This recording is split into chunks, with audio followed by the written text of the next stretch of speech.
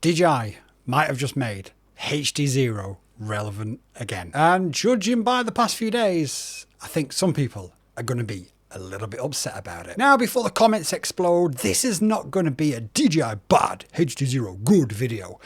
What this is an actual critical look at the situation.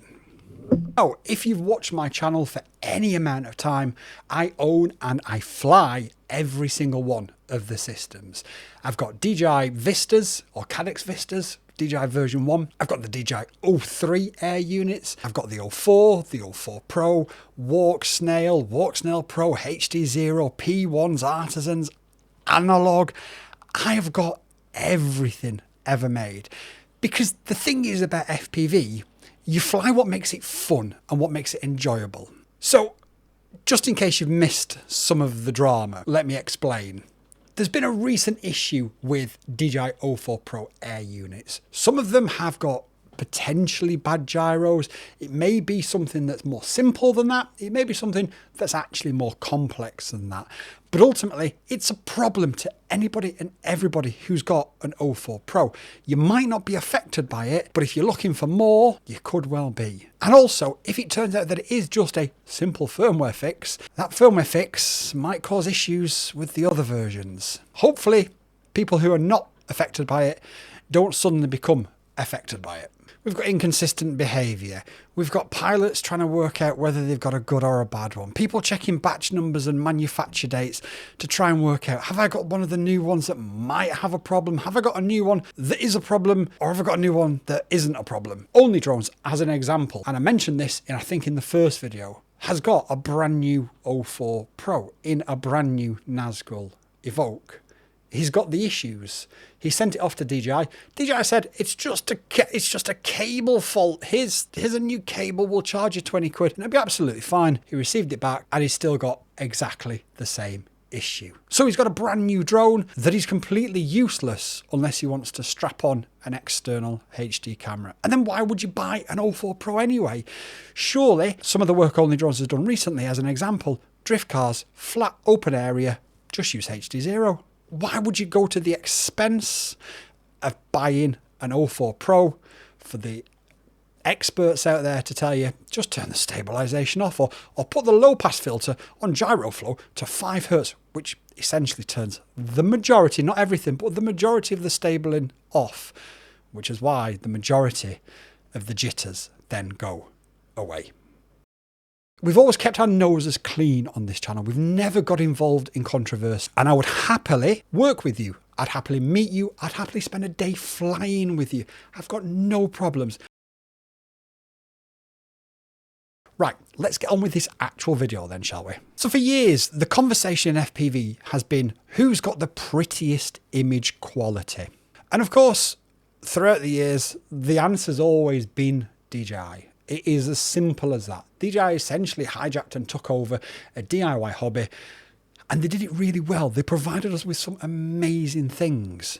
But FPV isn't just about a pretty image quality. It's about latency, predictability, which you don't get when your frame rate suffers, confidence, durability, repairability, and that connection that you have to that quad. The more connected you are to it, the more confident you are, the better you fly in. Eventually, should become. And this is where HDZero suddenly starts to get interesting again. It's a really hard thing to explain to people, but HDZero feels like FPV again. We all started, the majority of us, I apologise, all started back in the day when it was analog VTXs.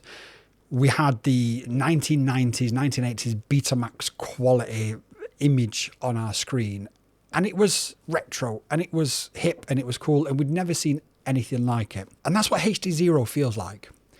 It feels like FPV again. Whereas DJI, as much as I love it, and I make absolutely no bones about the fact that I absolutely love the O4 Pro, it does feel a little bit like you're flying a camera. Now, before DJI pilots, and I know there's going to be a lot of you in the comments, start getting really angry, that's not having a go. That's not saying that your system is bad that you prefer. I prefer the O4 Pro. Don't get me wrong. Because I can build quads under 249 grams. I can have that silky smooth 4K footage to upload to my reviews and to my tutorials without having to carry an additional external action camera. See, DJI feels smooth. It feels cinematic. It feels polished. HDZero feels raw. It feels connected.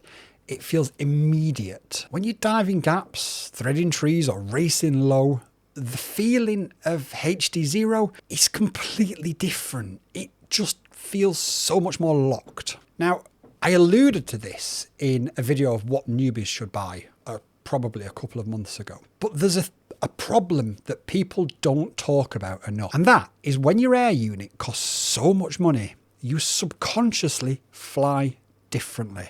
You subconsciously fly more cautiously. This affects me 100% as well. If I'm flying an O4 Pro, I won't necessarily push it as much. Just recently, I've been flying the Beta FPV Air Series, the Air Series Mark II.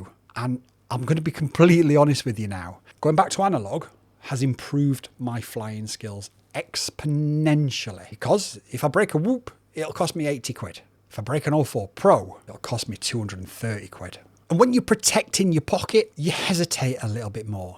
Even if you are somebody who has unlimited funds, you still subconsciously think this will cost more to repair than the other one. So I'm just going to look after it a little bit more. Just a little bit. Not a lot, just a little bit. And that subconsciously seeps into every aspect of your flying. And I genuinely think that some pilots have become more cautious, less aggressive, because of just how much their air units and cameras cost. If you break a DJI camera, forget about the gyro issue for a second, it's going to cost you the same price as an entire Beta FPV Air 75 Champion Edition drone for just the camera. Now, HDZero feels different. It feels more modular. It feels more repairable. It feels like we're back to the FPV roots once again. You've got a less fragile philosophy, consciously or subconsciously.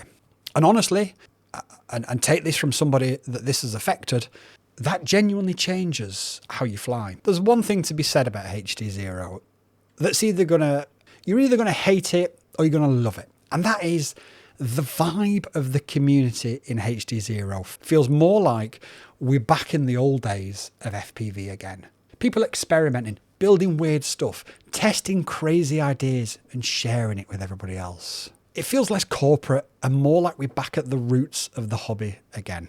And ironically, the more polished FPV becomes, the more people miss that feeling. Now, I did a documentary on HDZero a couple of years ago. And the biggest problem here isn't a faulty DJI O4 Pro air unit, but it's trust. Now, HDZero are a Chinese company, just like DJI are a Chinese company, but they have a very different philosophy. Carl is active, he speaks to pilots, he gets pilots' ideas, and he's very open when something goes wrong about how he's going to fix it, what went wrong, and how they're going to learn from it. Tell me anybody from DJI who's ever done that. I'll wait. And the one thing about FPV is you need to trust your quad. If you start thinking, is my video going to brown out halfway through this flight because I might have a dodgy cable, or I'm going to go on a corporate shoot at the weekend, is it going to work? Is it not going to work? Should I take another drone? Should I take 4 or 5 drones with me? What if the first one I do is the best shot ever, but then the gyro doesn't work and all the footage is shaky? Once you lose trust in your quad, you fly completely differently.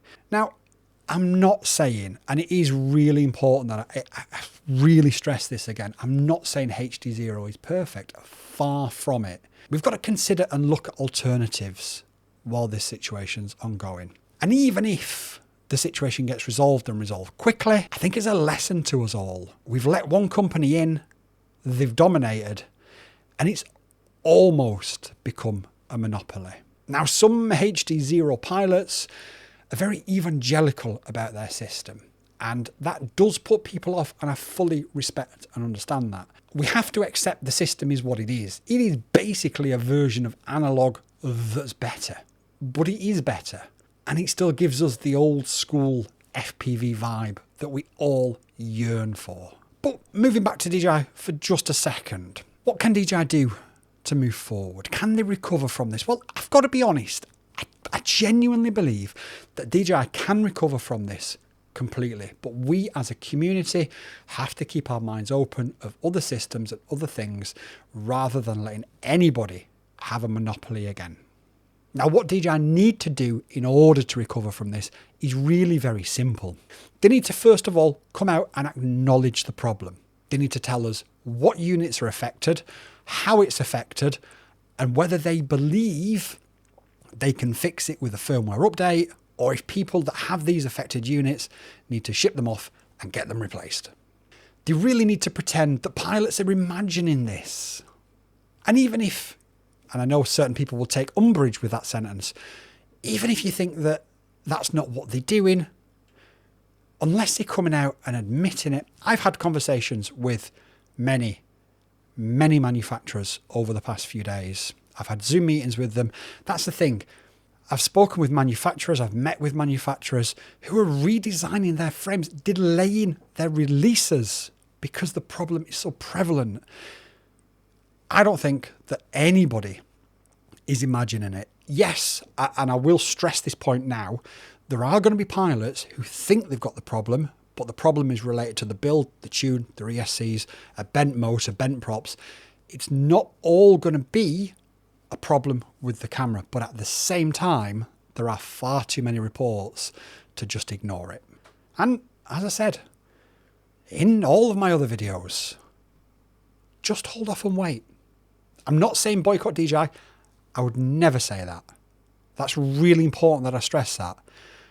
As I mentioned in so many of my previous videos, I have too many DJI products to even list. I think what they produce is amazing, but we just need to take caution until the situation is resolved. And I think DJI also need to support the pilots who've been there from the early days, who know what they're talking about. And I don't necessarily mean me. I've only been in the hobby for 11, 12 years now. There are people with far more experience and knowledge than I've got. And I don't ever profess to know everything.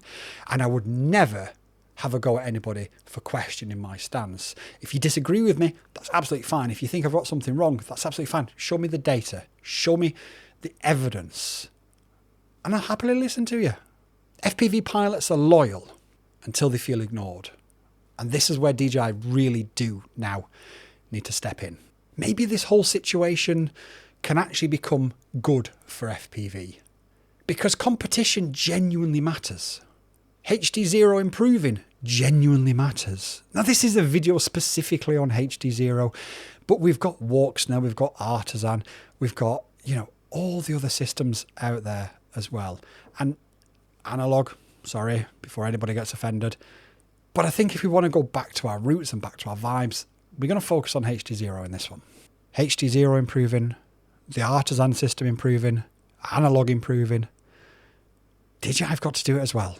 No single company in any walk of life should become so dominant that criticising them is seen as taboo. That's unhealthy for any environment, be it hobby or whatever. So no, I don't suddenly think that HDZero suddenly beats DJI. But my point is this. DJI have accidentally reminded people exactly what they fell in love with FPV for. Not just image quality, not just specs, not just marketing, but actual genuine feeling. And honestly, this might end up being one of the most important conversations we've had in FPV in its history. As always, I want to hear from you in the comments down below. We fostered an incredible community. The community that we fostered is really welcoming, respectful, and open to everybody. And I want to hear your comments down below. Do you think I've got this video wrong? Do you agree with me? Not necessarily saying everyone should jump to HDZero or whatever, but I think we need to remind ourselves why we fell in love with FPV in the first place. And I think we need to support the companies that are helping us do that. But keep it respectful. I've had some pretty nasty comments recently, and I'll just hide you from the channel and never hear from you again. Because we're all pilots who want to enjoy the hobby at the end of the day. So just throwing shade for the sake of throwing shade doesn't help you, doesn't help anybody. Please like the video, hype the video, share the video, do all the weird things I've no idea what happens with when it goes through to wherever it goes through to. And just remember this before I finish. One more day. YouTube and I have had a chat, and we believe that this is the video that you'll like the most, so watch it and let me know if they're right.